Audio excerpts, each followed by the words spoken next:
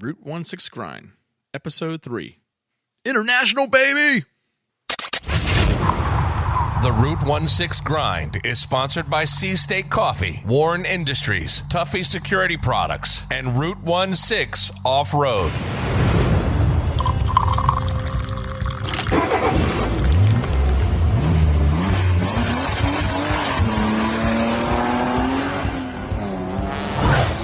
Welcome to the Route 16 Grind, the podcast for outdoor adventurers. Each week, we bring you information related to off-road and outdoor activities. If you wheel, hunt, fish, overland, or are an all-around adventurer, this podcast is for you.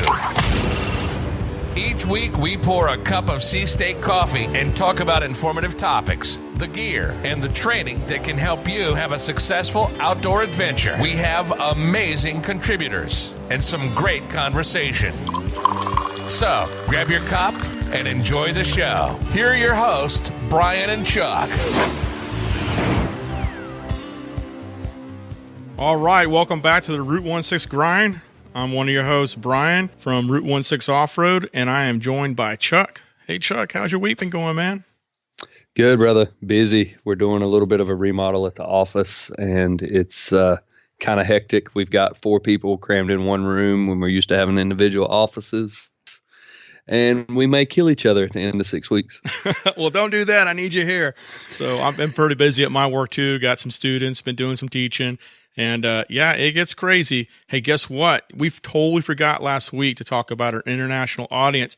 We have 3 UK listeners and 2 Canadian, man. We are international, baby. That's awesome. And I'm continuing surprised by the results of our podcast every week. I mean, we got the first UK listener week 1, but to have 5 people in other countries clicking on that link and listening to us is kind of cool. Yeah, it's pretty cool. And we really appreciate you getting that word out there because we definitely don't do it by ourselves. So continue to spread the word and share the Route 16 Grind with your friends, family, co-workers, and let them know, hey, we appreciate their support. So we also have a second review too, Chuck. This one is from VX Marksmanship owner Dan Sanford. I know Brian for a long time, ever since he was making me do 8-count bodybuilders in the Middle East. All lies. This show is great because it talks about the community in a healthy way that promotes outdoors enjoyment. So Dan and I served a part of the Force Reconnaissance Group during the initial invasion of Iraq. There's a lot more to this review and to Dan's story, and we look forward to hearing more about it when Dan joins us for the show as a guest in the near future. Thank you very much, Dan, for that awesome review and spreading word about our podcast. Want to support the show? How about becoming a Route 16 Grind Patreon today for as little as $1 a month? It's not just a contribution, but an investment that goes directly to the show. Help this podcast to expand and grow. Benefits for each level range from a shout-out during the show, connecting with us directly on Discord, receiving swag, to being listed as a show producer with bonus benefits. We also accept Bitcoin and other cryptocurrencies. Check out the show notes for links to our Patreon page and our cryptocurrency wallet. On this episode of the Route 16 Grind, this week's outdoor update, Chuck shares some information about the Land and Water Conservation Fund and how you can help ensure that this program remains effective at the highest level. Brian talks about Factor 55 continuing to be a brand to beat at the Specialty Equipment Market Association, or SEMA show, and shares some special details about 2 off-road clubs and 1 event. In the Cup of Joe segment, we provide you an update on our future segments on Target and Go Adventuring, and we talk about great word-of-mouth feedback that we're getting about the podcast, and so much more. The Red Warren Badge says you're equipped to handle anything, ready to conquer any challenge that may come your way. That badge has stood for off-road excellence for more than 70 years. During that time, we haven't stopped innovating or striving for perfection. Be ready, be prepared, go Warren. The Outdoor Update is brought to you by Tuffy Security Products. Having your vehicle broken into is not a laughing matter. Trust Tuffy Security Products to stop opportunistic thieves. Tuffy is the industry leader in automotive security and provides peace of mind when you walk away from your rig. Durable and easy to install. Tuffy Security Products has adventure-ready consoles, drawers, and lockboxes available for you to organize your rig and secure your gear. Visit TuffyProducts.com and use special offer code GRIND to save 10% on your order. Remember to lock it up. Welcome back to the Outdoors Update, the weekly segment where we provide you with information, news, and stories from the outdoor community. Tonight, I want to talk about a very important tool in the conservation and outdoor recreation world. That tool is the Land and Water Conservation Fund. For those of you that aren't familiar, the Land and Water Conservation Fund was established by Congress in 1964 with the intent of developing a funding stream for conservation projects while also providing recreational opportunities to Americans nationwide. Something unique about the LWCF is it does not rely on any taxpayer dollars. Zero. Literally zero. The Land and Water Conservation Fund dollars come from offshore federal oil and gas lease royalties, with the initial act authorizing $900 million for the fund. Although since 1964, Congress has only appropriated this full amount once. This program took a lot of foresight to develop, and it was put into place by some environmentally conscious individuals that thought that the profits made off of the reduction of one natural resource should be reinvested in the American people through conservation and recreation opportunities. And according to the Department of Interior, to date, the fund has contributed $3.9 billion to over 40,000 projects on a cost-match basis through state and local grants, protected 2.37 million acres of land through the Forest Legacy Program, and it assisted in the conservation efforts of endangered species in the U.S. by providing $394 million in funding. In addition to this, the fund is also a vital tool in preserving our cultural heritage through the National Park Service and the American Battlefield Protection Program, which sends money back to parks like the Kings Mountain Battleground located in South Carolina. The Land and Water Conservation Fund is easily the most wide-reaching piece of conservation legislation in U.S. history.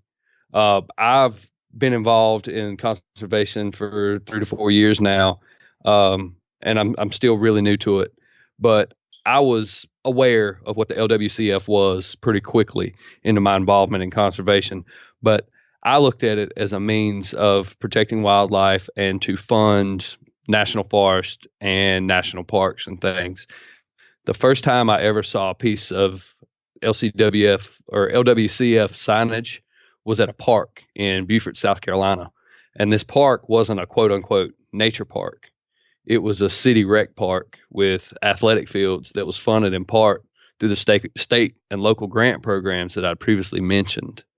Land and Water Conservation Fund Coalition, which, as they define themselves, is a broad coalition of stakeholders that has come together to support full and dedicated funding of the LWCF, provides a national map on their website where you can find a county-by-county listing of the projects that have been made possible through LWCF funding.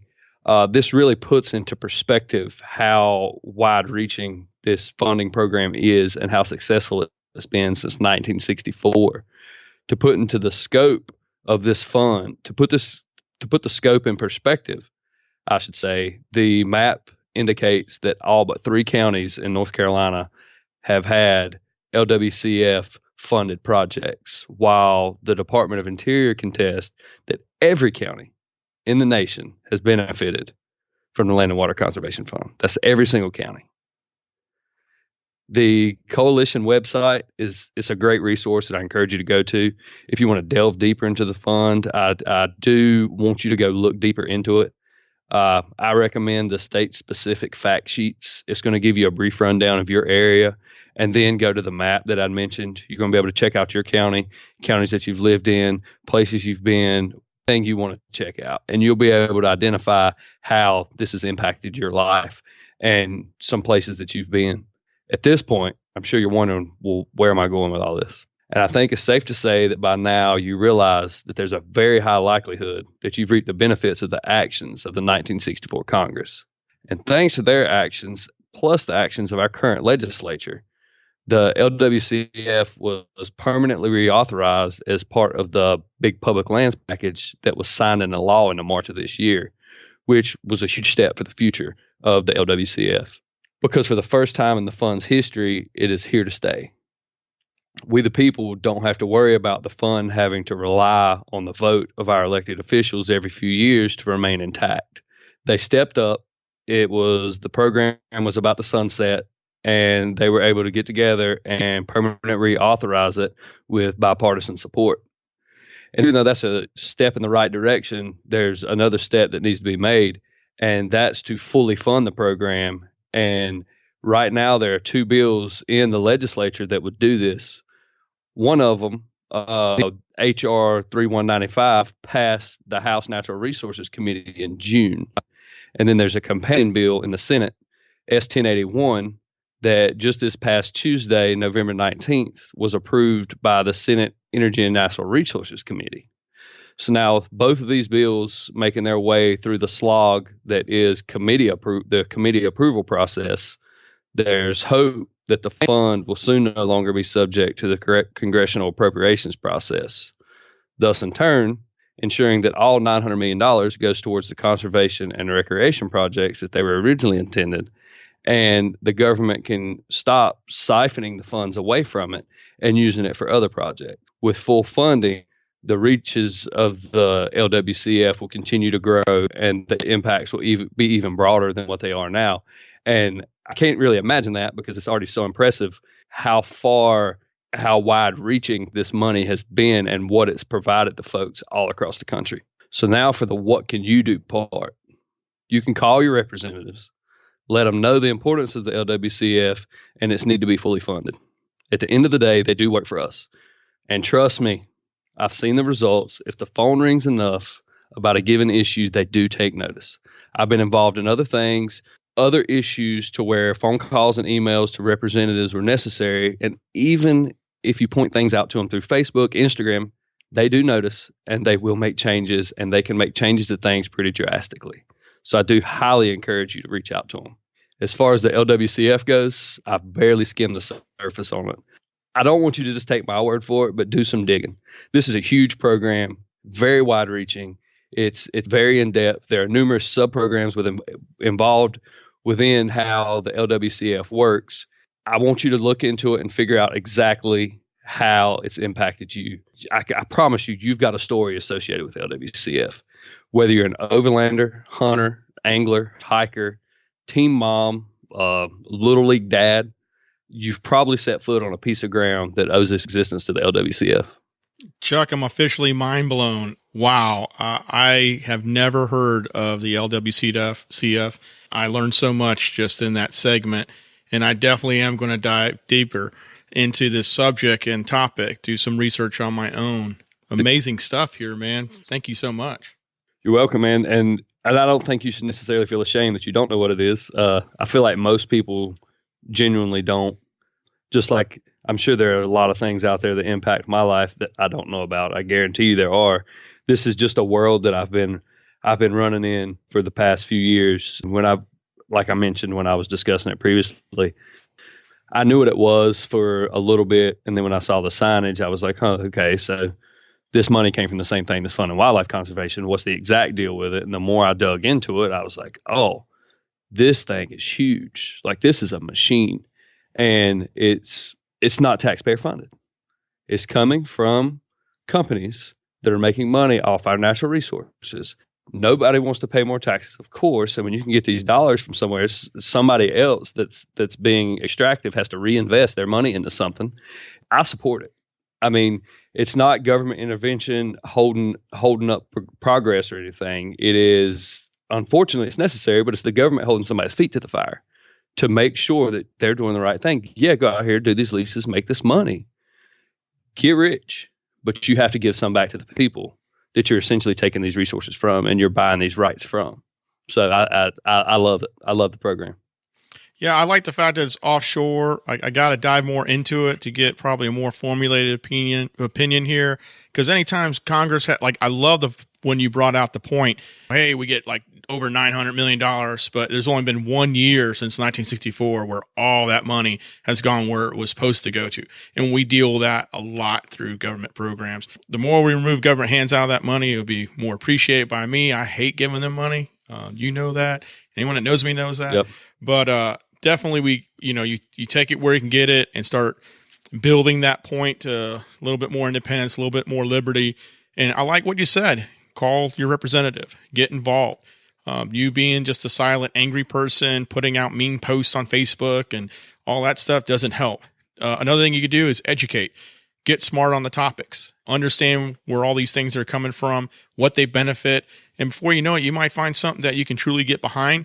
I know how that is, where you just look at things and like, oh, nothing works. Why do I vote? Why do I do all this stuff? It's stuff like this, things that you do every day. And you know what? You may not know where it comes from, but when it's gone, you'll definitely notice. Thanks again, Chuck. That was pretty awesome, man. We'd like to feature your outdoor successes on the show, so shoot the pics over to us with a brief story at route16.com and select contact. That's ROOTONESIX.com and select contact. And we'll get your outdoor adventures on the show.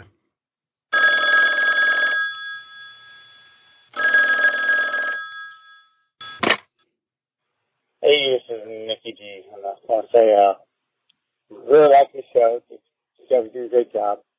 And I've got a quick hunting story for you. A buddy of mine were out hunting, and he was from New York City, so he didn't really know too much about outdoors. But he was enjoying it. We're walking through the woods, and we come across some tracks. And I said, I think those are coyote tracks.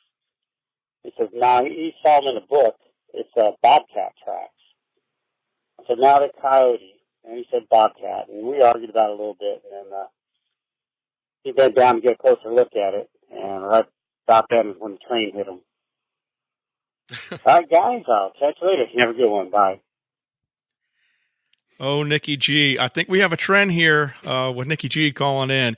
Really appreciate it. You definitely got to watch those tracks. You can be dangerous out there. I'm not mad at the trend at all. Keep calling, Nikki. And tracking definitely is a skill set that is not easily learned. Want to be on the show? Maybe share with us some interesting hunting, fishing, overlanding, wheeling, or adventure news? Then give us a call at Route 16 Hotline at 919-694-3356, and maybe you will be on our next show. Since 1989, Tuffy Security Products has been the industry leader in automotive security. Tuffy has a variety of vehicle-specific consoles, drawers, and lockboxes. Tuffy manufactures adventure-ready organization and security for your Jeep, truck, or SUV. Visit TuffyProducts.com and use special offer code GRIND to save 10% on your order. In the Rock, Mud, and Dirt is brought to you by Warren Industries. At Warren, we pour our effort and our thirst for adventure into every product we make. You better believe American pride runs deep here in Clackamas, Oregon. Here, a small army of engineers, technicians, machinists, and assemblers design and refine Warren products, bringing them as close to perfection as possible. Their work is backed up by legendary quality control that doesn't just stand up to rigid Warren standards, it lives up to the toughest demands of the world's top vehicle manufacturers and military suppliers. How do we know? Because they've partnered with Warren for decades. This quest for peerless reliability, this Warren difference, will be around as long as Warren Industries is in business. At least another 70 years. Go prepared. Go Warren. Welcome to In the Dirt, Rock, and Mud segment. This week, I'm going to talk about the fantastic showing that Factory 55 Products had at the 2019 SEMA show, winning multiple global media awards. The SEMA Global Media Awards program recognizes that automotive personalization and customization is growing throughout the world. While the industry has strong roots in the United States, the appeal of making cars and trucks fits one's lifestyle is universal. And Factor 55 Products once again killed it at SEMA, continuing their winning streak, claiming 6 Global Media Awards at SEMA 2019 for both the new patent-pending RRP rope retention pulley and the Extreme Duty tow strap. Selected from nearly 3,000 products that were featured at this year's SEMA show, the esteemed international panel of judges each selected products that would be most interest to their publication's readers and most likely succeed commercially in their respective countries. Congratulations, Fat 55. They just don't build it, they engineer it. Moving on to clubs and events, the Carolina Jeepsters Toy for Tots Toy Drive is coming up Saturday, December 7th at the Carolina Ale House in Fayetteville, North Carolina. This event starts at 10 a.m. and is sponsored by Route 16 Off-Road, True Patriot, Mission 22, and Hendricks Chrysler Jeep Fiat. This is an amazing club with some special people that I've known for over 3 years. With Jeeps names like Nerf Herder, Stormtrooper, Gadget, Cape Crusader, Stormborn. If you are a Jeeper or just like Jeeps, this is a club with some amazing characters. With those characters come big hearts for those in the community in need. As Jeepers are well known for their social interaction and gatherings, this is one club that finds ways to use the club for positive community support. If you're in the area or maybe you don't mind a little bit of a drive, come out and support this event. Bring a smile to a child on Christmas Day. And you know if I had the Route 16 tent up there, there's going to be some cool items for the Route 16 booth raffle. Can't find us? I'll tell you what I tell everyone who asks, what does our tent look like? Look for America. When you see it, you'll know. Don't forget to bring a new, unwrapped, still-in-a-box toy that will be donated to a child in the Cape Fear, Cumberland, and Robeson County areas of North Carolina. Want to help out? Then contact CarolinaJeepsters@gmail.com. They're also on Instagram and Facebook, Carolina Jeepsters. And finally, I'm going to close this segment out talking about another club, Carolina Trails Off-Road, or CTOR. Primarily a South Carolina-based club, but they have members located outside the state from Willie Wagon up in Michigan to Esvera all the way out in Hawaii. This club is open to all type of off-road vehicles from ATVs, Suzuki Samurais, Yodas, Ford, Chevy, Jeeps to Johnny Cash Specials. If you heard the song, you know what I'm talking about. This was the very first club that welcomed Route 16 Off-Road in their mix, inviting us to their events and special gatherings. I am not sure what my year will be like without seeing those faces in the spring at the CTOR Uwharrie Invasion or in the fall/winter to close out the wheeling season. This is the club that supports its own, helping members with sound technical advice, helping to do some wrenching for club member builds, and are always there for each other when a member needs it most. This is what a true club is all about, and thanks to the internet, it doesn't have to just be a group that is local to you. If you wheel or are interested in wheeling, joining a club might be a positive step for you. Though not all clubs are alike, I do recommend that you do your own research to ensure it's a club that will give you a little less stress, keep things safe, and bring more joy into your life. Well, man, dude, I'll go ahead and tell you, the club section, the club portion of the Jeeping and off-road world, I think is legitimately the coolest part. It's so community-centric that, like, that's the one thing that the first event that I went to down at Uwharrie, I took away from it. It's like, man, these dudes and gals are getting together and doing what they love, and obviously they're giving back. Yeah, I totally enjoy it. I like the fact that it brings people, wouldn't necessarily come together other than that fact that they have that one common bond. We'll say it's a off-road vehicle, a rig, or some type of outdoor event. You start communicating to each other. You learn about each other. And the biggest thing, it builds some mutual respect. It's not necessarily about agreeing with everything. It's not necessarily about falling in line with what they like or don't like. It's about being yourself and being accepted. And I'm telling you right now, in that community, you know, you come in positive, you're going to get positive back. There are some clubs that, you know, aren't necessarily the best and may not fit you, and that's okay. Guess what? You can leave that. You don't need to put yourself through that. But there are some outstanding clubs like these two clubs here that I mentioned, Carolina Jeepsters and Carolina Trails Off-Road. Definitely a great family setting. They do wonderful events. They go on trips. You know, they help each other out.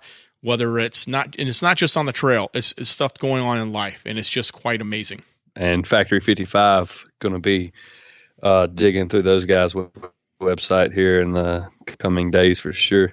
Yeah, they're bringing some stuff out. I can't really mention it too much. I did have some conversations with them earlier this week, and man, I'm super excited for what they're going to be bringing out in the future. Can't let it go. Promise I wouldn't tell. Well, I bet you whatever it is ends up on my wife's Jeep. I hope so. Mine too.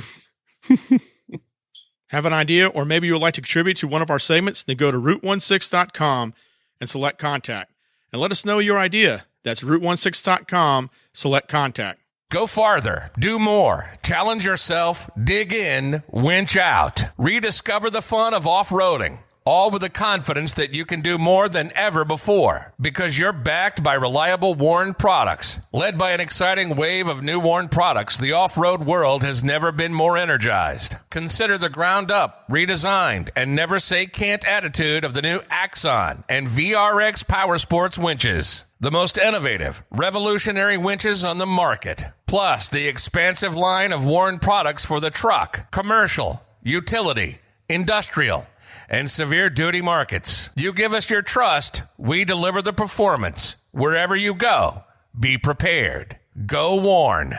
The Cup of Joe segment is brought to you by C-State Coffee. Have you ever actually drank good coffee? Stop wasting your money on old, stale coffee from the store and make the switch to C-State Coffee. C-State Coffee is a United States Marine Corps veteran-owned and operated roastery, selling premium coffee that's roasted on order and delivered fresh to you. Order your coffee today at www.cstatecoffee.com. All right, show 3, Chuck. We're getting know, awesome man. at this. Yeah, man. It's coming right along. The confidence is building. I'm digging the feedback for sure. Yeah, I tell you, my wife actually listened to the show. She said, man, I love it. I love it. And my wife, for y'all to know, and some of y'all might know that listen, my wife doesn't wheel. She doesn't hunt. And she's from Alaska, straight up from Alaska, doesn't hunt. It's just not her thing. And that's cool. But she really does enjoy the show, and I totally appreciate her honest feedback. Yeah, man, you got any feedback from your wife? Oh, man, she likes it. She thinks it's cool. I know going into it, she was kind of like, hey, you're doing a podcast? I was like, yeah, I know. Don't embarrass me. Now she's like, oh, no. She digs it. She realizes I enjoy it, too, but she's definitely digging it. And the cool thing about it is we hadn't even unleashed all the segments. No, and I'm glad you brought that up. I know you guys are wondering, hey, where's this on target segment? Where's this go adventuring? I've been talking to the people that are going to contribute, and I've actually wanted them to listen to the podcast and kind of get a feel for what we're doing, how we're doing it, and all that. And they are putting together stuff for their segments. VX Marksmanship, they're pretty busy. They're going to probably come in for an interview. So Dan's going to probably do an interview. He may not be able to do like a series, and when he gets a chance, he might do that. But I know Triada Training Solutions is working on doing a series to build up to. FMC Overland is super excited about it too. And early this week, I spoke to Ron Holmes, Instructor 1 himself from Ryker, inventor of the Ryker grip. And he literally wanted to do it tonight. And I was like, yeah, I would love to have you on, man. But definitely listen to the show. And I think the big thing was we had John on last week, what was so awesome. And then it gave us a lot of good information for me and Chuck to kind of look at, hey, how we're going to integrate our guests, how we're going to integrate a series. So working with John Mapes last week from, Nora 4x4, that was just awesome. Yeah, dude, I'm looking forward to them all. The on target is going to be really interesting because I'm a hunter, but I'm not necessarily like a gun guy. It's go out, get used to my trigger, shoot my guns, make sure they're on, and be responsible and ethical hunter, but I'm not like a quote unquote like gun nut. My gun collection is not much of a collection. Really? Man, I don't know. Oh, yeah, I'm kind of scared to ask if you think I'm a gun nut. I got more than 2. Well, I mean, I've got more than 2. Yeah. But I don't have I've got buddies that have like things they don't shoot. They're just there for 10 rifles that essentially do the exact same thing. Oh, okay. I've got a 30-30 and I've got a 7 mag. Those are my rifles. Yeah. I've got a muzzleloader. I got a bow. I got a shotgun. 22. That's pretty much where it stops. Really? Yeah. I tell you what, if I win a lotto, I'm pretty sure I'd just buy the whole gun store. Yeah. Now for me, it's more like function. I look at it and I'm like, well, I got that one. That one works. I don't need another one. And I tell you that it's just interesting too, because like your personality definitely shows that too, Chuck. You like purpose and everything. And for me, I look at a lot of things like that too, but I know that a lot of people out there like myself will sometimes like splurge on, like I do have a couple of 308s and everything. I have a Remington 700 308, but it's a short barrel like urban. And then I have the awesome Savage FPK, got the AccuStock, AccuTrigger. I love that thing. It is smooth. You know what? We're not, if one of those guys that have like a 150 gun collection, it's cool. We like it. Invite us. We love to shoot all your stuff. So be awesome. You know where to contact us. I think too is some of the feedback that we got on Facebook. You talked about ethics earlier. So today I was actually in a conversation with someone I consider as a friend. I've never met them personally, but we through a different room for libertarians and stuff like that. I've met him, and we were talking about hunter ethics, and we got into trophy hunting, public perception of hunting, and these are all topics that we absolutely want to bring onto this show. And I think this is not some of these. We might have an entire show just on a topic, just to give it its due time, because some of it is deep. And on top of it, we may want to invite some people on to have that discussion. It's not necessarily because, Chuck and I, we might have a different opinion on some things, but we still work through it because we have the ultimate goal. Hey, we want a positive experience. We want to be able to hunt. We want to be able to have access to public land, want to be able to do all the different outdoor activities and stuff. But how we get there and how we do it might be a little bit different, and that's okay.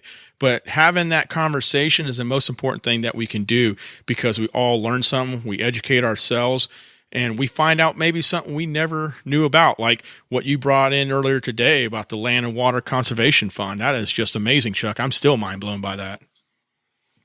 Oh, yeah, man. Hunter ethics is something that I think it's a very personal issue, realistically, particularly when you're doing everything within the law. I mean, I can impose my views on somebody very easily. Not impose them. Impose, I guess, is the wrong word, but impart my views and put my opinion on what somebody else is doing. But at the end of the day, just because it's my opinion, does that make it ethical or not? So in terms of hunting ethics, I tend to walk a fine line on what I tell people is right and wrong. The trophy hunting is a whole different issue, because I think trophy hunting to a hunter versus a non-hunter, they're not even the same thing. It carries at least two separate definitions. If you were to ask me, I trophy hunt. I want to shoot the biggest deer in the woods. I'm going to eat that deer. But at the same time, at the end of the day, the number one goal is to make sure I have enough deer meat to get me through a year. So if that means not shooting the biggest deer in the woods, then that's what I'm going to do, and I'm going to be perfectly happy with it. But especially the first couple months of the season, I set my sights on the largest buck I can find. And I don't think there's anything wrong with that. It's not trophy hunting in terms of me going out and shooting the deer, sawing its head off, and leaving the carcass in the woods to rot, which I think a lot of people's perception of trophy hunting that's not in the hunting world, that's what they think it is. Yep. And I'll be honest with you, that is my definition of someone that is purely into it to do the wall mount. Because I don't know if you saw it last year here in North Carolina, it went kind of viral, but there were 3 deer, and obviously there were bucks, and they're on this side of a field and laid out, and all they did was just take the mount portion and left all that meat, all that stuff. And I kind of have an issue with that just personally, but if that's what you do, you're doing it legally, and hey, it just really comes down to an opinion from there. I don't personally have anyone against doing the trophy mount. It's not necessarily something I'm going to go right out for. I don't know what my son's experience is going to be, and I'm not going to stifle him if he wants to hang his first buck out on the wall. My wife might have something to say about that, but but I totally get it, and they are, just like you said on a previous show, it's a memory. It really is. Also, too, when I was talking to, and his name was Matt, when I saw him the earlier today chatting away, he brought in some good points about that. And I think there's some good information that we can probably dive in a little bit deeper in a future show. And one thing he mentioned was about it, being a mature animal, and it should be removed from the population for the benefit too. So this subject actually goes much deeper. So you might just see this, beautiful large deer, but you don't realize these things don't live 50 years. Right. So, and they're going to die. Yeah, one way or another, they're going to die, and it's not cut and dry. It's not. This is what you should shoot. This is what you shouldn't shoot. It's situational. It's environmental. There's so many other details, and I guess contributing factors that can go into what animals should be taken off the landscape in a given area and in terms of just overall herd management, and it's just such a broad topic. I mean, it can get in the weeds tremendously. One thing I do want to point out before it completely slips my mind, the whole trophy hunting thing, to where you go out and you cut a deer's head off and you leave that deer laying there and you do not bring the meat home. That's illegal. Just so everybody knows, like, there are things called wanton waste laws in the United States, and you have to bring that meat back in with you. You literally cannot, within the law, bring back just the head of a deer. Certain states have written the laws differently and require different amounts of meat to come back with you. But in general, you still have to bring the meat in out of the field, and you cannot waste it. You have the responsibility and the lawful duty for that meat to end up in a freezer somewhere. You can't just throw it in a dumpster once you get it out of those woods. So I don't know why you went, because there's so many programs out there. Like, I love the North Carolina Wildlife Commission. If you want a source, go to your state page. I guarantee you there are places you can donate that carcass, or I should say, harvest. They're able to utilize that to feed a community. I went to one of these seminars just recently, and they were talking about, hundreds of deer that North Carolina hunters have provided certain organizations that help feed homeless and stuff. And deer meat is some of the healthiest that you could eat. So it's not, ho-hos and Twinkies and all that stuff. It's like good quality meal right there. So, I mean, right. I know some of this stuff is just going to be opinionated, but it's our podcast. We can have those opinions. Oh, for sure. Yeah. And go ahead. I'm sorry, Chuck. Just for an example of what you're talking about, our processor here in Gaston County alone, he took in over 140 deer last year that were donated to crisis centers. So if you do the math on that, and let's stay on the conservative side, so you get 40 1-pound packs of ground meat from one deer. So that ends up being 5,600 pounds of ground meat that's out in the community that is feeding people that essentially wouldn't be able to afford protein at the grocery store. And they're able to go to these crisis centers and get this free, lean meat to feed their family. And that's great. That right there, I'm all about that. It just really depends, probably, the quality of person that you are. And I'm not trying to character fame anybody. It's just my opinion on that. I just don't like waste, and especially when it comes to food, it's a tough one for me. This topic definitely touches that.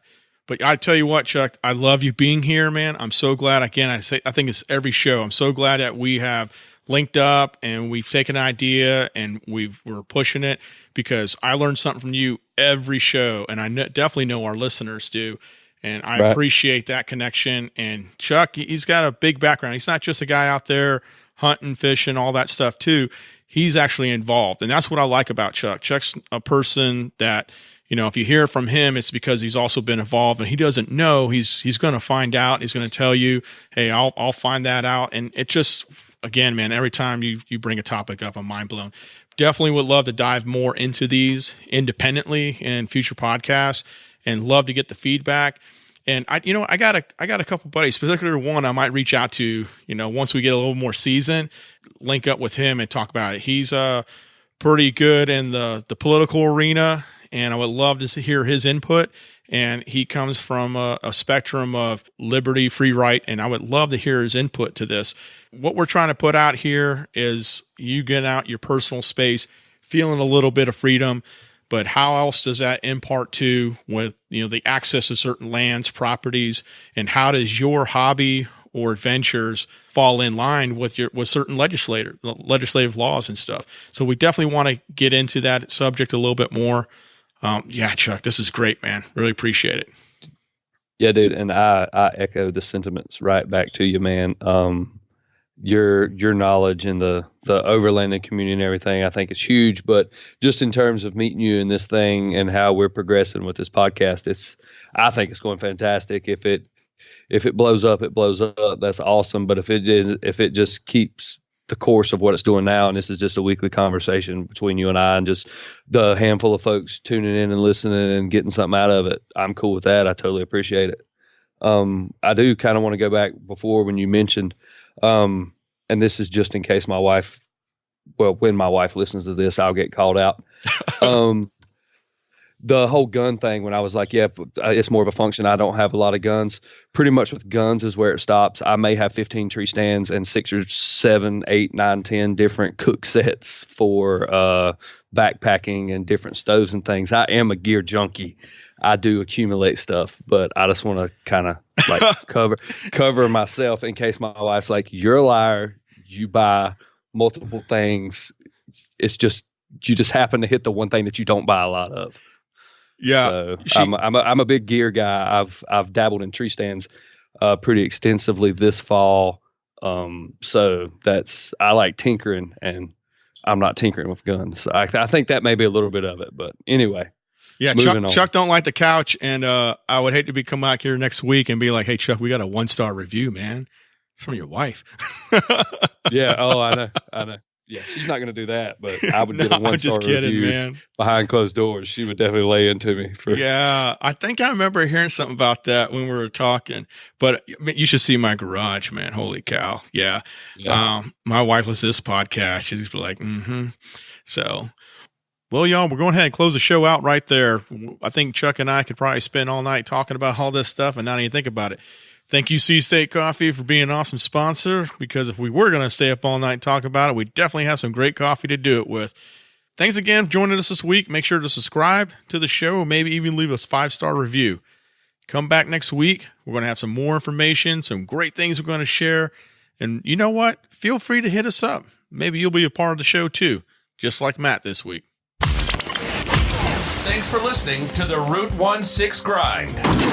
We want to thank our amazing sponsors, Warren Industries, Tuffy Security Products, C-State Coffee, and Route 16 Off-Road for their support. Follow us on Instagram, Facebook, Twitter, Pinterest, and more. Just look for Route 16. That's ROOTONESIX. Or just go to Route16.com. Until next week, plan smart, be safe, and as always, be prepared. Somebody say gun sale? Yeah!